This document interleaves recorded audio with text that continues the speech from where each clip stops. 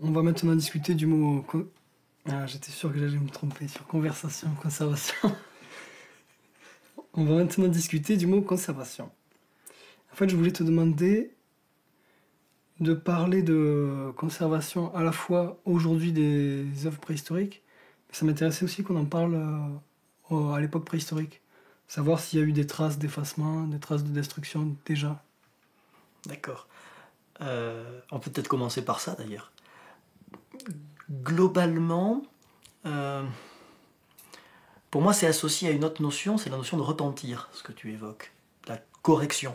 Parce qu'on a évidemment toujours un problème en matière d'art des grottes, c'est qu'on arrive 15, 20 ou 30 000 ans plus tard avec un résultat.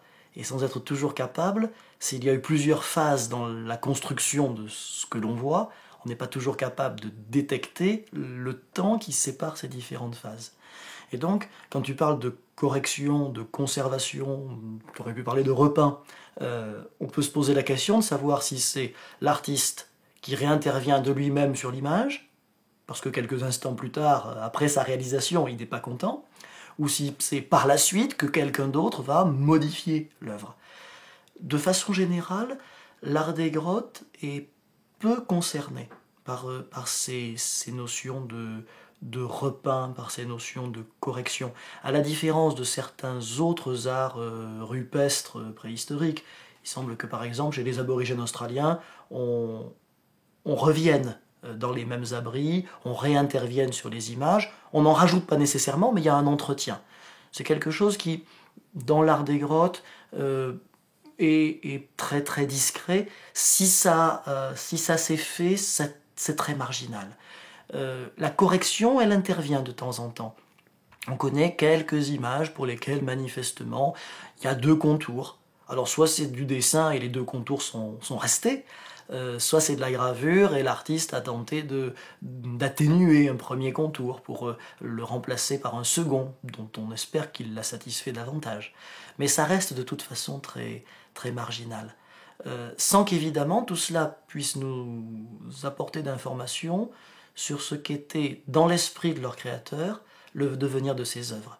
Était-elle faite pour rester, pour exister, ou n'était-elle faite que pour être faite, sans que leur devenir, sans que leur conservation ait eu une véritable importance?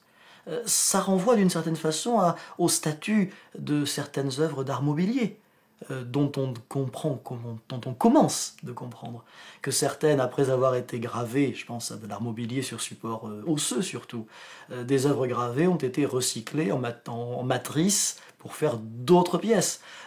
Certaines ont, semble-t-il, été détruites, jetées au feu. Donc cette notion de conservation à laquelle nous, occidentaux du XXIe siècle, sommes très attachés, n'a pas forcément beaucoup de sens pour des sociétés du Paléolithique supérieur, qui plus est nomades, et qui ne peuvent donc ne garder avec elles que peu de choses. Quand on a toute sa vie dans un sac à dos, on n'a pas forcément la place pour transporter, pour conserver longtemps des choses dont on n'a pas vraiment besoin. Moi, quand je te parlais de traces d'effacement, de destruction, etc., je pensais plus qu'au repentir, aux possibilités de superposition de figures. Ouais, Tu vois, de palimpseste, comme disait oui, Breuil. comme disait Breuil, avec une acception d'ailleurs très, très originale, tu sais ce que j'en pense et ce qu'on en pense aujourd'hui.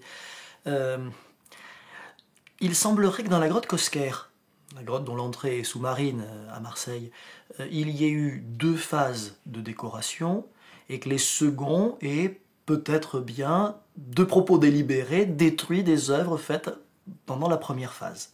En tout cas, c'est l'interprétation qu'en donnent les gens qui ont visité Cosquer.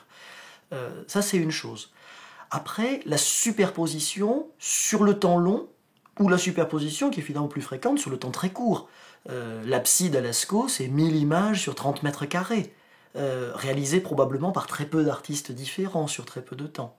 Cette superposition, elle semble plutôt refléter l'idée qu'il faut faire l'image et la faire à un endroit donné, parce que l'important n'est pas qu'elle soit regardée, mais juste qu'elle soit faite, alors que dans l'esprit de Breuil, puisque tu évoquais le palimpseste, la notion de palimpseste pour Breuil, elle est attachée au temps long, elle est attachée à la magie de chasse et à une accumulation progressive des images.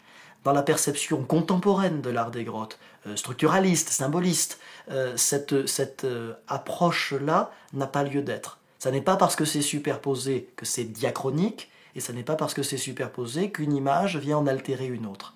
Ça, c'est un regard d'homme moderne. Pour nous, une image est faite pour être vue. Et donc une image sur une image, c'est une nuisance à la lecture. C'est une atteinte à l'intégrité de l'image. Mais si le but du jeu n'est pas de regarder, juste de faire, ou de savoir que ça a été fait, cela devient contingent. Et donc ça nous amène à la conservation aujourd'hui. On n'en parle que quand ça va mal. Tant qu'il n'y a pas de problème de conservation, on n'en parle pas. Globalement, les images préhistoriques ont commencé de vieillir à l'instant où l'artiste a posé son crayon. Ça n'a jamais cessé, ça ne cessera pas. La conservation se met à nous intéresser à partir du moment où on connaît l'objet. Et cette conservation, si elle est bonne, c'est-à-dire si l'image nous est parvenue après plusieurs millénaires ou dizaines de millénaires, c'est parce qu'en général, elle se trouve dans des conditions naturelles, dans des conditions environnementales particulières, globalement très stables. L'enjeu de la conservation, c'est donc souvent le respect de ces conditions naturelles stables. Et dans le cas des grottes ouvertes au public, qui sont une minorité, eh bien ce souci de la stabilité conduit à prendre des mesures particulières en termes de nombre de visiteurs, par exemple.